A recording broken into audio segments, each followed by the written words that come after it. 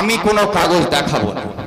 এই লড়াইতে আমাদেরকে যেতে হবে। আমাদের কাগজ যদি ঠিক না থাকে তাহলে আমাদের কাগজ থেকে 52 সাল থেকে আজ অব্দি যে তোমরা ভোট নিয়েছো সে ভোটটা বেআইনি, সেটাকে ডিক্লেয়ার করতে চুরি করেছে। তো ভিক্টর যে চোর এটা প্রমাণ করার দায়িত্ব কিন্তু আপনার, কারণ আপনি আমাকে চোর বলছেন। তো আইনের কাছে আপনাকে প্রমাণ করতে হবে কি ভিক্টর চোর আছে, যেটাকে আমরা বলি বার্ডেন অফ প্রুফ। তো ওটা আপনাকে করতে হবে। কিন্তু এখানে উল্টো হচ্ছে, সরকার আমাকে বলছে আমি দেশের নাগরিক নয়, আবার সরকার আমাকেই বলছে যে তুমি প্রমাণ দাও কি তুমি ভারতীয়। ব্যাপারটা বুঝলেন কিনা? মানে বার্ডেন অফ প্রুফটা হচ্ছে সবসময় যে অভিযোগ করবে অভিযোগকারীর উপরে হচ্ছে বার্ডেন অফ প্রুফ, কি ওকে প্রমাণ করতে হবে কি আমি চোর। কিন্তু আমাকে চোর বলছেন আপনি, কিন্তু আবার আমাকেই বলা হচ্ছে কি তুমি প্রমাণ দাও তুমি চোর নয়। সরকার যদি মনে করে কি ভিক্টর বা আমার নাম আলী ইমরান নাম, আমি যেহেতু মুসলমান আমি আলী ইমরান নাম ভারতের নাগরিক নয়, তাহলে এই দায়িত্বটার সরকারের কেউ প্রমাণ করুক কি আলী ইমরান নাম ভারতীয় নয়, সেটা অমিত শাহকে প্রমাণ করতে হবে, সেটা মোদীকে প্রমাণ করতে হবে, আলী ইমরানকে প্রমাণ। কিন্তু এটা আমার দায়িত্বে নয়, এটা ভারতের আইন বলে না। সেখানে আইন বলছে যদি আপনি সন্দেহ করছেন আমি চোর তো আপনি প্রমাণ করবেন আমি চোর। সেখানে অমিত শাহ যদি মনে হয় আমরা ভারতীয় নয় তো অমিত শাহ প্রমাণ করুক কি আমরা ভারতীয় নয়, আমরা কাগজ দেখিয়ে প্রমাণ করতে যাব না। এই লড়াইটা লড়তে হবে। আমরা কাগজ দেখিয়ে লড়াই করতে যাব না, আমরা কাগজ দেখাবো যে আমি ভারতীয়। এটা না, যেরকম আমার বাবা কে সেটা আমার মা আমাকে বলেছে, সবাইকে বলেছে। আমরা নিজের বাবাকে কখন চিনি? যখন আমার মা বলে কি এটা তোমার বাবা, তখন আমি চিনেছি এই লোকটা আমার বাবা। তাকে আমাকে ওই বাপের আমি সন্তান তার প্রমাণ আমাকে দিতে হয়। সেইরকম ভারতের দেশ আমাকে বলেছে আমি ভারতীয়, তার সমস্ত নথিপত্র আমার কাছে আছে, আমার বাপের জমি আছে, আমার জায়গা আছে, আমার রেশন কার্ড আছে, আমার আধার কার্ড আছে, সেই দিয়ে আমি ভোট দিচ্ছি, আমি ভারতীয় নাগরিক, সেটা আমার প্রমাণ আছে। তার জন্য অমিত শাহকে আমাকে শিক্ষা বলতে হবে। এই লড়াইটা আমাকে, এই জায়গাটা যদি আমরা না যেতে পারি না, আমরা যদি কাগজ খেলতে যাই, তো এটা জেনে রাখুন আমরা যে দেশের মধ্যে আছি সেখানে শিক্ষার হার 60% এখনো পৌঁছায়নি। 60%-এর নিচে আমাদের শিক্ষার হার আছে পুরো দেশে। তার মধ্যে যদি সংখ্যালঘুদের দেখেন, যারা আমরা মুসলমান সমাজ, আমাদের যে সংখ্যালঘু তার যা জনসংখ্যা তার যে শিক্ষার হার আরো কম।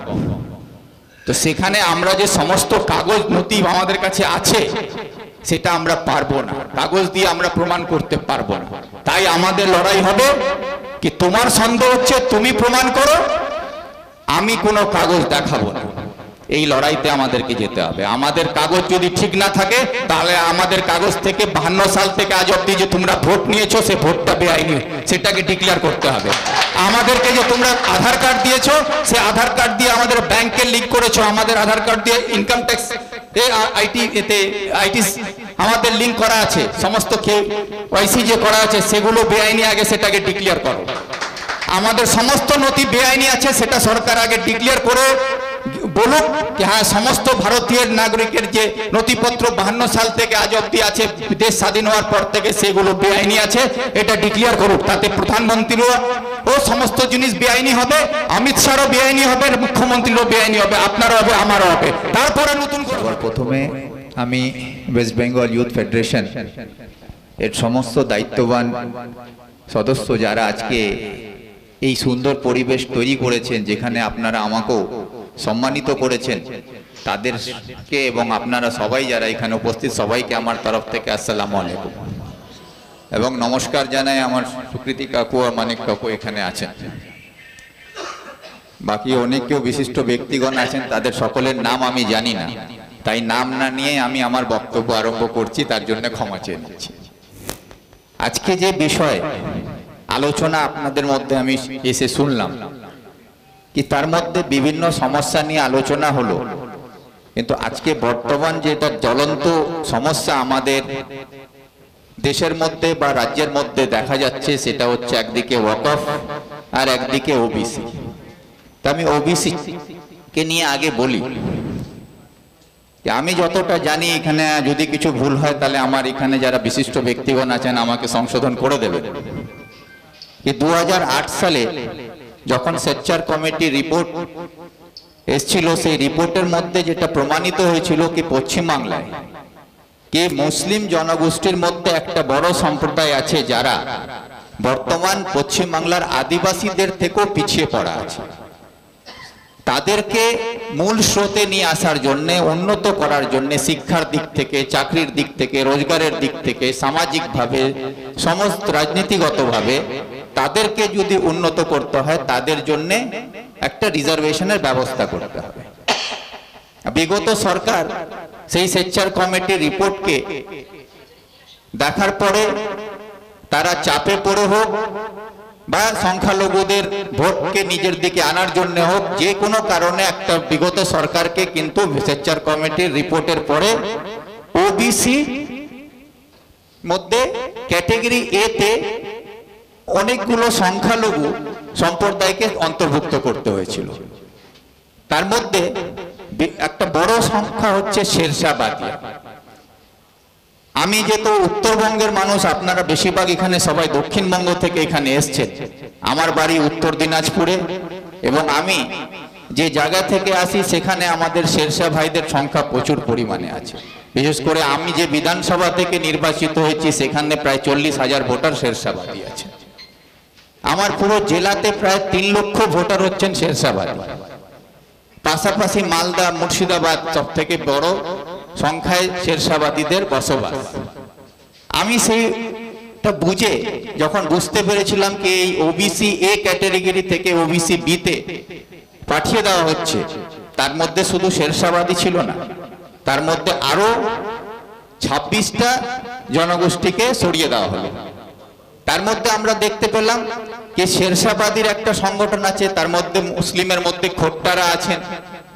কিন্তু এটা এখন পর্যন্ত আমরা সেই ওবিসি এ তে থাকলে আমাদের কি সুবিধা এবং ওবিসি বি তে চলে গেলে আমাদের কি ক্ষতি, এটা কিন্তু হয়তো যারা এখানে আপনারা বসে আছেন, যেহেতু আপনারা সবাই নিজের নিজের এলাকায় নেতৃত্ব দিচ্ছেন, আপনারা নেতারা হয়তো বুঝতে পারছেন, কিন্তু আপনার নিচের যারা জনগণের যে বড় একটা জায়গা আছে তাদের কাছে এখনো এটা পরিষ্কার হয়নি যে ওবিসি এ থেকে ওবিসি বি তে গেলে আমাদের কি ক্ষতি হচ্ছে। এটা পৌঁছিয়ে দেওয়ার দায়িত্ব কিন্তু আমি মনে করি কামরুজ্জামান ভাই এখানে আছেন, ওনার মাধ্যমে এই ফেডারেশনের যারা আপনারা গুরুত্বপূর্ণ নেতৃত্বরা এখানে এসেছেন, এই বিষয়টাকে তুলে ধরা উচিত। কেন কি সরকার যে কথা বলছেন কি সুপ্রিম কোর্টের রায় অনুসারে আমরা ওবিসি এ ওবিসি বির মধ্যে পরিবর্তন করছি, কিন্তু আপনাদেরকে আমি যেটা বলতে চাই কি সুপ্রিম কোর্টের রায়তে কোথাও বলা নেই যে ওবিসি এ তে যারা ছিল তাদেরকে ওবিসি বি তে কনভার্ট করে দেওয়া হোক। সুপ্রিম কোর্ট এরকম কোনো রায় দেয়নি, কিন্তু এই সুপ্রিম কোর্টের অজুহাত দেখিয়ে কিন্তু সংখ্যালঘুদের উপরে যে আক্রমণ করার একটা পরিকল্পনা নিয়ে রাজ্য সরকার যে কাজটা করছেন, সেটা হচ্ছে একমাত্র মমতা ব্যানার্জির সরকার আর মোদীর সরকার মিলিতভাবে সংখ্যালঘুদের বিরুদ্ধে যে আইনিভাবে ষড়যন্ত্র করা যায় এবং সেই ষড়যন্ত্রকে কার্যকরী করার জন্য সেইভাবে মুখ্যমন্ত্রী কার্যকরী করার ব্যবস্থা করছেন। সেই কার্যকরী করে এখন যেটা হচ্ছে কি ওবিসি বিরুদ্ধে যখন এই ষড়যন্ত্র করা হয়েছিল, সর্বপ্রথম আমি মাননীয় মুখ্যমন্ত্রীকে চিঠি লিখে জানিয়েছিলাম কি এই প্রস্তাব আপনি যে বিধানসভায় নিয়েছেন এটাকে প্রত্যাহার করা হোক, এবং এর কোনো সার্ভে হয়নি। আপনারা যা সবাই এখানে আছেন, শিক্ষিত ব্যক্তিরা আছেন, আপনারা এটা জানেন কি সাচ্চার কমিটির রিপোর্টের পরে ওবিসি তৈরি হলো, যখন ওবিসি এ ক্যাটাগরিতে রাখা হলো শেরশাবাদীদেরকে, তার একটা রিপোর্ট এসেছিল, সেই রিপোর্ট পাবলিক ডোমেনে আনা হয়েছিল। সেখানে আমরা সবাই জানতে পেরেছিলাম যে আমাদের অবস্থা বাংলার আদিবাসীদের থেকেও খারাপ আছে, তাই আমাদেরকে ওবিসি ক্যাটাগরিতে রাখা হচ্ছে। কিন্তু আজকে ওবিসি এ থেকে ওবিসি বি তে নিয়ে যাওয়া হলো, তার কোনো সমীক্ষা হলো না, তার কোনো রিপোর্ট প্লেস হলো না, পাবলিক ডোমেনে কোনো কিছু আনা হলো না, কিন্তু রাজ্য সরকার ইচ্ছা মন হলো ওনারা চেঞ্জ করে ওবিসি বি তে করে দিলেন। আজকে ওবিসি বি তে করে গেলে কি কি ক্ষতি হতে পারে, এখানে আমি যারা দেখছি আমার কামরুজ্জামান ভাই সত্য, আপনারা অনেক কেউ আলিয়া বিশ্ববিদ্যালয় থেকে পড়াশোনা করেছেন। আমাদের একজন সাহেব উনিও বললেন উনি শেষ ইয়ারে বোধহয় ফাইনাল ইয়ারে ছিলেন, তখন কামরুজ্জামান সাহেব ওখানে ছাত্র নেতা হচ্ছেন। তো এই যে আলিয়া বিশ্ববিদ্যালয়ে আজকে আলিম, ফাজিল, কামিল এই ডিগ্রিগুলো নেওয়ার জন্য আজকে বিশেষ করে বিভিন্ন ব্লক থেকে যে শেরশাবাদী সমাজের আমাদের ভাইরা আছেন, তারা বিভিন্ন হাই মাদ্রাসা থেকে শিক্ষা অর্জন করে আজকে আলিয়া বিশ্ববিদ্যালয়তে পড়ার সুযোগ পাচ্ছেন এবং আলিয়া বিশ্ববিদ্যালয়তে আপনারা উচ্চ শিক্ষা অর্জন করার সুযোগ আজকে পাচ্ছেন, যেহেতু কি সচ্চার কমিটি রিপোর্টে আপনাদের পক্ষে বলা হয়েছিল এবং আপনারা ওবিসি এ ক্যাটাগরিতে ছিলেন বলে সেই সুযোগটা আপনি পাচ্ছেন। আজকে ওবিসি এ ক্যাটাগরিতে থাকার জন্য আপনাদের একটা নাম্বারের ক্ষেত্রেও কাটমার্ক থাকে। সেই নাম্বারের ক্ষেত্রে কাটমার্কটা থাকার সত্ত্বেও আমি একজন জেনারেল ক্যাটাগরির হয়, আমি যেখানে 80 নম্বর নিয়ে হয়তো আমি আলিয়া ইউনিভার্সিটিতে অ্যাডমিশন পাবো না, সেখানে একজন শেরশাবাদী হয়তো 95 নম্বর নিয়ে বা 60 নম্বর নিয়ে সে আলিয়া বিশ্ববিদ্যালয়তে চান্স পাচ্ছে। তো নাম্বার কম থাকলেও উচ্চ শিক্ষা পাওয়ার সুযোগ আছে, সেই সুযোগ থেকে আজকে থেকে আমাদের শেরশাবাদী ভাইরা বঞ্চিত হয়ে গেল, আমাদের বোনরা বঞ্চিত হয়ে গেল, তাদের এই সুযোগটা হাত থেকে চলে গেল। চাকরির ক্ষেত্রে, সরকারি চাকরির ক্ষেত্রে যে সুবিধা ছিল সেটা আপনার গভর্নমেন্টের ডাইরেক্ট চাকরি হোক বা ইনডাইরেক্ট চাকরি হোক, পঞ্চায়েতে হোক, আপনার ব্লকে হোক, আপনার জেলাতে হোক, সেখানে যে রিজার্ভেশনের আপনি সুবিধাটা পেতেন সেই সুবিধা আর আপনি পাবেন না। তো আজকে আমাদের শেরশাবাদীর মধ্যে যদি আমরা দেখি, এখনো আমাদের গ্রামে গঞ্জে, বিশেষ করে আমি যে এলাকা থেকে আসি সেখানে আমি দেখেছি, গ্রামে গঞ্জে গেলে আমি দেখি এখনো আমাদের ছোট ছোট মেয়েদের 12-13 বছর 14 বছরের মেয়েদের বিয়ে দিয়ে দেওয়া হয়। এখন তাদের শিক্ষা দীক্ষা থেকে উন্নত হয়নি, রোজগার সেভাবে তৈরি হয়নি, চাকরির ক্ষেত্রে আমরা সেই জায়গায় পৌঁছাইনি, কিন্তু সরকার আমাদের এই রিজার্ভেশনের সুবিধাটা বন্ধ করে দিল। এর বিরুদ্ধে লড়াই করার জন্যে, এর বিরুদ্ধে আওয়াজ তোলার জন্য আমি অনুরোধ করব কামরুজ্জামান ভাই কে এই ফেডারেশনের মধ্যে দিয়ে সারা রাজ্যে এই আলোড়ন তুলে এর মানুষকে জাগ্রত করা দরকার। এর এই লড়াইটাকে এগিয়ে নিয়ে যাওয়ার জন্য আপনারা তৈরি হন। আপনার পাশে কেউ না থাকলে আমি আলী ইমরান নাম ভিক্টর কথা দিচ্ছি, এই লড়াইয়ের আরম্ভ আমি করেছিলাম।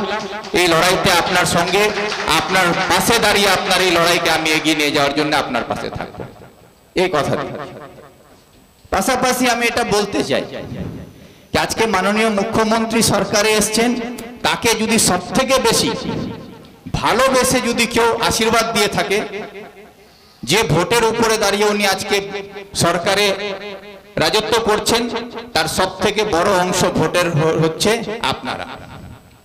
সব থেকে বেশি ভোট আপনারা দিয়েছিলেন, সে উত্তরবঙ্গ হোক বা দক্ষিণবঙ্গ। কেন তখন এনআরসির নামে একটা ভোট করা হয়েছিল 2021 সালে। এনআরসির ভয় কারা পেয়েছিলেন? সব থেকে বেশি আমাদের সমাজের মধ্যে যারা শেরশাবাদী ভাই, যারা আমরা বিশেষ করে উত্তরবঙ্গে দেখেছিলাম, যেহেতু কি বাংলাদেশ বর্ডারের সীমানার মধ্যে আমি থাকি, সেটা উত্তর দিনাজপুর বলুন, মালদা বলুন, মুর্শিদাবাদ বলুন, এইসব এলাকায় সব থেকে বেশি আতঙ্ক ছড়িয়ে দেওয়া হয়েছিল যে যদি বিজেপি চলে আসে তাহলে তোমরা সবাই বাংলাদেশ চলে যেতে হবে, বাঁচতে গেলে মমতাকে রাখতে হবে। এই স্লোগানের মধ্যে দিয়ে মানুষকে ভয় আতঙ্ক দেখিয়ে আপনাদের কাছ থেকে ভোট আদায় করা হয়েছিল। আজকে এনআরসির ওই লড়াই, যখন এই এনআরসি হচ্ছিল তখন আমরা জয়েন্ট ফোরামের মাধ্যমে একটা কমিটি করে, তখন আমার সঙ্গে কৃতিন কাকু ছিল, মানিক কাকু ছিল, আমরা সবাই কানাইয়া কুমার, আমরা সবাই মিলে সারা রাজ্যে জুড়ে, প্রসেনজিৎ বসু ছিলেন, আমরা সবাই মিলে এই আন্দোলন গড়ে তুলেছিলাম। কলকাতার রাজপথ থেকে নিয়ে বিহারের গান্ধী ময়দান অবধি 8.5 লাখ লোকের জমায়েত করে সেখানে আন্দোলন করেছিলাম। তো সেই আন্দোলনের মধ্যে দিয়ে এনআরসি কে রুখে দেওয়ার একটা লড়াই করেছিলাম। সেই লড়াইটা আমাদের চলছিল। আজকে পুনরায় আবার এনআরসি আসছে, যেটা নিয়ে বললেন, আমি সেই জন্য সেই বিষয়ে আর কিছু বলতে চাই না, যেহেতু ওই বিষয়ে আলোচনা হয়েছে। কিন্তু ওয়াকফ নিয়ে আমি এটা নিশ্চয় বলবো যে ওয়াকফ বোর্ড অ্যামেন্ডমেন্ট অ্যাক্ট যেটা তৈরি করা হয়েছে 2025, সেখানে যে যে আইনের মধ্যে যেগুলো ক্লজ রাখা হয়েছে, সেই ক্লজগুলোকে যদি আপনারা বিস্তারিতভাবে বোঝেন, তাহলে আমাদের লিমিটেশন অ্যাক্ট বলে একটা জিনিস আছে, সেই লিমিটেশন অ্যাক্টের মধ্যে দিয়ে সরকার আমাদের সমস্ত সম্পত্তি দখল নিতে চাইছে। আজকে কলকাতার বুকে যদি দেখেন তো রাজভবন হচ্ছে ওয়াকফ বোর্ডের সম্পত্তি, বিধানসভা যেখানে সকল এমএলএ গুলো গিয়ে বসে বিধানসভা চলেন সেই বিধানসভা হচ্ছে ওয়াকফ বোর্ডের প্রপার্টি। ভিক্টোরিয়ার পাশে হচ্ছে রেস কোর্স, সেই রেস কোর্স হচ্ছে ওয়াকফ বোর্ডের প্রপার্টি। এরকম কলকাতার বুকের উপরে কয়েক 100 একর জমি আছে যেগুলো সরকারের দখলে আছে, এবং সারা রাজ্যে অনেক জায়গায় হচ্ছে সরকারি সমস্ত দফতর বলুন ওয়াকফ বোর্ডের সরকারের দখলে আছে। সেই রকম ভারতবর্ষ ওয়াকফের সম্পত্তির উপরে সরকারের দখল আছে। তো সেই দখলগুলোকে বৈধ করার জন্য এই লিমিটেশন অ্যাক্টটাকে ব্যবহার করছে। লিমিটেশন অ্যাক্টে কি বলা হচ্ছে কি 12 বছরের বেশি যদি কোনো সম্পত্তির উপরে আমার দখল থাকে তো সেই সম্পত্তির মালিকানা অধিকার এখন আমার হবে। এখন 12 বছরের বেশি বিধানসভা দখল হচ্ছে সরকারের, ওয়াকফ বোর্ডের সম্পত্তির উপরে রাজভবনে দখল হচ্ছে সরকারের। এরকম সারা দেশে সরকারের কাছে দখলে যে সকল সম্পত্তিগুলো আছে সেগুলো আইনিভাবে আর ওয়াকফ বোর্ডের থাকবে না, সেই সব সম্পত্তি সরকারের হয়ে গেল লিমিটেশন অ্যাক্টের মাধ্যমে। এটা কিভাবে হচ্ছে এই চক্রান্তটা বুঝুন। কি চক্রান্ত হচ্ছে সরকার আপনার সম্পত্তি আমার সম্পত্তি যেটা আমরা আল্লাহর নামে উৎসর্গ করেছিলাম সেই সম্পত্তির মালিক হচ্ছেন আল্লাহ, আমরা এটা বিশ্বাস করি। সেই যে আমাদের সম্পত্তি আমরা সমাজের কল্যাণের জন্য দিয়েছিলাম, আমাদের নতুন প্রজন্মরা যাতে উন্নতি করতে পারে তাদের জন্য ব্যবহার হোক সেই কাজের জন্য দিয়েছিলাম, সেটা এখন সরকার আইনিভাবে দখল নেওয়ার জন্য ওয়াকফ অ্যামেন্ডমেন্ট অ্যাক্টের মধ্যে দিয়ে এই জমিগুলো দখল নেবে। তার পাশাপাশি আর একটা জিনিস হচ্ছে ওখানে ভালো করে যদি পড়বেন সেটা দেখবেন ওখানে বলা হচ্ছে কি যদি কোনো প্রপার্টি ওয়াকফের প্রপার্টির মধ্যে কোনো ডিসপিউট অ্যারাইজ হয়, এটা ভালো করে বুঝবেন। এই যে এখন মানিক কাকু বললেন কি আমাদের সবকিছু দখল নিয়ে নেবে, কিভাবে দখল হবে সেটা বুঝুন। সেখানে বলা হচ্ছে যদি কোনো রকম ভাবে কোনো ডিসপিউট অ্যারাইজ হয়, আজ অবধি হয়তো কোনো সমস্যা নেই, একটা ডিসপিউট অ্যারাইজ হলে যেদিন থেকে ডিসপিউট রেজিস্টার্ড হবে সেদিন থেকে টিল জাজমেন্ট, যতদিন বিচার হবে না ততদিন ওই সম্পত্তির উপরে আপনার কোনো অধিকার থাকবে না।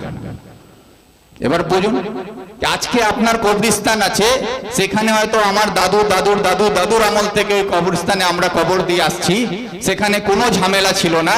হঠাৎ আজকে কোনো লোককে দিয়ে একটা কমপ্লেন করাবে কি এই সম্পত্তিটা আমার আছে, এবং সেটা এফআইআর রেজিস্টার্ড হলো। সেই যখন ওটা রেজিস্টার্ড হয়ে গেল, রেজিস্ট্রেশনের সঙ্গে সঙ্গে ওই প্রপার্টিটা ডিসপিউটেড হয়ে গেল। আর ওই প্রপার্টিটা ডিসপিউটেড হওয়া মানে যেদিন ডিসপিউটেড হলো সেদিন থেকে বিচার যতদিন হবে না, সেটা 5 বছর হোক, 10 বছর হোক, 25 বছর হোক, 50 বছর হোক, যদি ডিসপিউট যদি অ্যারাইজ হয় আর বিচার যতদিন না হচ্ছে ততদিন ওই কবরস্থান আর আপনি ব্যবহার করার অধিকার আপনার থাকবে না। এটা ব্যাপারটা বুঝুন। তো আপনার কবরস্থান এইভাবে আটকে দেওয়া হলো, সেইভাবে আপনার মসজিদ আটকে যাবে, সেইভাবে আপনার মাদ্রাসা আটকে গেল, সেইভাবে আপনার মক্তব আটকে যাবে। তো এই মাদ্রাসা মসজিদ মক্তব গুলোকে এইভাবে করে কাটিয়ে দেওয়া হবে। তো এই যে একটা আইন তৈরি হচ্ছে একটা বিশেষ সমাজকে টার্গেট করে তাদের উপরে আক্রমণ নিয়ে আসার, যাতে আগামী দিনে যে হিন্দুত্বের যে আলোচনাটা শুনছি আমরা, যেটা এখন কাকু বললেন, আমার কীর্তি কাকু বললেন কে এই যে হিন্দুত্বের এটাকে কি নিয়ে বাবরি মসজিদের ইস্যু ছিল, এখন এটা মিটে গেছে। এখন ওদের কাছে তো হিন্দুত্বর জন্য একটা হিন্দু মুসলমান লড়াইটা লাগিয়ে রাখতে হবে। যখন আমার কবরস্থানের মধ্যে ডিসপিউট থেকে যাবে, আমার মসজিদের আমার মাদ্রাসার মধ্যে, তো আমাদের মধ্যে ওই বিভাজনের রেশারেশিটা আরো বেড়ে যাবে। হিন্দু হিন্দু মুসলিম মুসলিম আমরা করতে থাকবো। এইটাকে যতদিন ওরা জিয়ে রাখবে ততদিন তারা রাজত্ব করবে। সেই জন্য এই সব পরিকল্পনা না হচ্ছে। আর এই পরিকল্পনার মধ্যে শুধু দেশের সরকার নয়, আমাদের রাজ্যের সরকার যে সমানভাবে জড়িত। উনিও ভালো করে জানেন যতদিন বিজেপি আছে, যতদিন হিন্দুত্ব হিন্দুত্ব চলবে, ততদিন পশ্চিম বাংলায় আমি মুসলমান মুসলমান করতে পারবো। সেই জন্যে এই যে এ টিম আর বি টিমের খেলা হচ্ছে, এই খেলার মধ্যে কিন্তু আমাদের রাজ্য কেন্দ্র দুটোই জড়িত। আর আমরা হচ্ছি তাদের কাছে ফুটবল, যে যখন সুযোগ পারে সেই কখন গোল মারে। তো সেই জায়গা থেকে আমাদেরকে সাবধান হতে হবে। এবং আমাদের নিজেদের মধ্যে আমি এটা বলতে চাই কি আমরা সবাই এখানে যারা সংবিধান প্রেমী মানুষ আছি, যারা গণতন্ত্র প্রেমী আছি, যারা নিরপেক্ষতাকে বিশ্বাস করি, তাহলে আমাদের সকলকে এক হয় এই যে আমাদের যুব ফেডারেশনের যে উদ্দেশ্য, যারা কাজ করতে চাইছেন, আপনাদেরকে আমি এটাই বলবো কি আগামী দিনে আমাদের উপরে যে সংকটগুলো আসছে, সেই সংকটের মধ্যে এনআরসির একটা সংকট আসছে, যেখানে আমি আইনের ছাত্র বলে এই কথাটা আপনাদেরকে বলে আমি শেষ করব।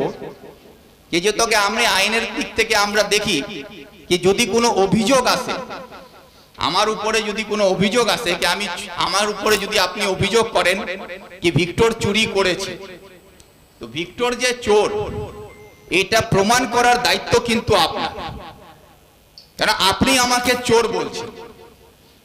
তো আইনের কাছে আপনাকে প্রমাণ করতে হবে কি ভিক্টর চোর আছে, যেটাকে আমরা বলি বার্ডেন অফ প্রুফ। তো ওটা আপনাকে করতে হবে। কিন্তু এখানে উল্টো হচ্ছে, সরকার আমাকে বলছে আমি দেশের নাগরিক নয়, আবার সরকার আমাকেই বলছে কি তুমি প্রমাণ দাও কি তুমি ভারতীয়। ব্যাপারটা বুঝলেন কিনা? মানে বার্ডেন অফ প্রুফটা হচ্ছে সবসময় যে অভিযোগ করবে, অভিযোগকারীর উপরে হচ্ছে বার্ডেন অফ প্রুফ কি ওকে প্রমাণ করতে হবে কি আমি চোর। কিন্তু আমাকে চোর বলছেন আপনি, কিন্তু আবার আমাকেই বলা হচ্ছে কি তুমি প্রমাণ দাও তুমি চোর নয়। এই খেলাটা খেলা হচ্ছে, যেটা আইনের বিরুদ্ধে, আমাদের সংবিধানের বিরুদ্ধে। সরকার যদি মনে করে কি ভিক্টর বা আমার নাম আলী ইমরান নাম, আমি যেহেতু মুসলমান আমি আলী ইমরান নাম ভারতের নাগরিক নয়, তাহলে এই দায়িত্বটার সরকারের কেউ প্রমাণ করুক কি আলী ইমরান নাম ভারতীয় নয়, সেটা অমিত শাহকে প্রমাণ করতে হবে, সেটা মোদীকে প্রমাণ করতে হবে, আলী ইমরানকে প্রমাণ করতে হবে। এই জায়গাটাকে কিন্তু আমাদের উপরে উল্টো খেলা খেলা হচ্ছে। আমরাই কাগজ তৈরি করতে যাচ্ছি, আমরাই কাগজ নিয়ে ছুটছি, আমরাই প্রমাণ করতে যাচ্ছি আমার দাদু ভারতীয় ছিল, আমার দাদুর দাদু ভারতীয় ছিল, আমার দাদুর নামে জমির কাগজ কোথায়, আমার মায়ের বিয়ে হয়েছিল, তার মায়ের বাড়ি থেকে তার বাপের কাগজ নিয়ে আসতে হচ্ছে, তার দাদুর কাগজ নিয়ে আসতে হচ্ছে। সেইগুলো প্রমাণ দিয়ে আমি এখন নিজেকে ভারতীয় প্রমাণ করতে যাচ্ছি। কিন্তু এটা আমার দায়িত্বে নয়, এটা ভারতের আইন বলে না। সেখানে আইন বলছে যদি আপনি সন্দেহ করছেন আমি চোর, তো আপনি প্রমাণ করবেন আমি চোর। সেখানে অমিত শাহ যদি মনে হয় আমরা ভারতীয় নয়, তো অমিত শাহ প্রমাণ করুক কি আমরা ভারতীয় নয়। আমরা কাগজ দেখিয়ে প্রমাণ করতে যাব না, এই লড়াইটা লড়তে হবে। আমরা কাগজ দেখিয়ে লড়াই করতে যাব না, আমরা কাগজ দেখাবো আমি ভারতীয়। এটা না, যেরকম আমার বাবা কে সেটা আমার মা আমাকে বলেছে, সবাইকে বলেছে। আমরা নিজের বাবাকে কখন চিনি? যখন আমার মা বলে কি এটা তোমার বাবা, তখন আমি চিনেছি এই লোকটা আমার বাবা। তাকে আমাকে ওই বাপের আমি সন্তান, তার প্রমাণ আমাকে দিতে হয়।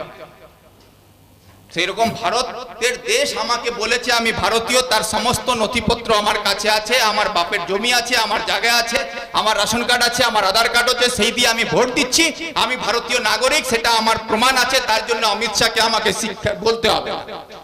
এই লড়াইটা আমাকে, এই জায়গাটা যদি আমরা না যেতে পারি না, আমরা যদি কাগজ খেলতে যাই, তো এটা জেনে রাখুন আমরা যে দেশের মধ্যে আছি সেখানে শিক্ষার হার 60% এখনো পৌঁছায়নি। 60%-এর নিচে আমাদের শিক্ষার হার আছে পুরো দেশে। তার মধ্যে যদি সংখ্যালঘুদের দেখেন, যারা আমরা মুসলমান সমাজ, আমাদের যে সংখ্যালঘু তার যা জনসংখ্যা, তার যে শিক্ষার হার আরো কম। তো সেখানে আমরা যে সমস্ত কাগজ নথি আমাদের কাছে আছে সেটা আমরা পারবো না, কাগজ দিয়ে আমরা প্রমাণ করতে পারবো না। তাই আমাদের লড়াই হবে কি তোমার সন্দেহ হচ্ছে তুমি প্রমাণ করো, আমি কোনো কাগজ দেখাবো না। এই লড়াইতে আমাদেরকে যেতে হবে। আমাদের কাগজ যদি ঠিক না থাকে, তাহলে আমাদের কাগজ থেকে 52 সাল থেকে আজ অব্দি যে তোমরা ভোট নিয়েছো সে ভোটটা বেআইনি, সেটাকে ডিক্লেয়ার করতে হবে। আমাদেরকে যে তোমরা আধার কার্ড দিয়েছো, সে আধার কার্ড দিয়ে আমাদের ব্যাংকে লিঙ্ক করেছো, আমাদের আধার কার্ড দিয়ে ইনকাম ট্যাক্স আইটি আমাদের লিঙ্ক করা আছে, সমস্ত ওয়াইসি যে করা আছে সেগুলো বেআইনি, আগে সেটাকে ডিক্লেয়ার করো। আমাদের সমস্ত নথি বেআইনি আছে, সেটা সরকার আগে ডিক্লেয়ার করে বলুক যে হ্যাঁ সমস্ত ভারতীয় নাগরিকের যে নথিপত্র 52 সাল থেকে আজ অব্দি আছে, দেশ স্বাধীন হওয়ার পর থেকে সেগুলো বেআইনি আছে, এটা ডিক্লেয়ার করুক। তাতে প্রধানমন্ত্রীরও সমস্ত জিনিস বেআইনি হবে, অমিত শাহরও বেআইনি হবে, মুখ্যমন্ত্রীরও বেআইনি হবে, আপনারও হবে, আমারও হবে, তারপরে নতুন করে হবে। এই জায়গায় নিয়ে যেতে হবে। এটা যদি না করতে পারেন এই লড়াই আমরা টিকাতে পারবো না। এই জন্য আমি আমার সময় না নিয়ে সকলকে আমার তরফ থেকে আসসালামু আলাইকুম নমস্কার দুই কাকুকে জানিয়ে আমার বক্তব্য এখানে সোচার কামরুজ্জামান ভাইকে আমি এটাই বলবো, আপনি যে লড়াইকে নিয়ে এগিয়ে যাচ্ছেন এই লড়াই আপনি বুক ফুলিয়ে সাহস নিয়ে করুন। আপনার সঙ্গে আমরা সবাই আছি। আলী ইমরান রামজ আপনার পাশে সবসময় থাকবে, এই আশ্বাস দিয়ে আমি আমার কথা শেষ করলাম। ধন্যবাদ।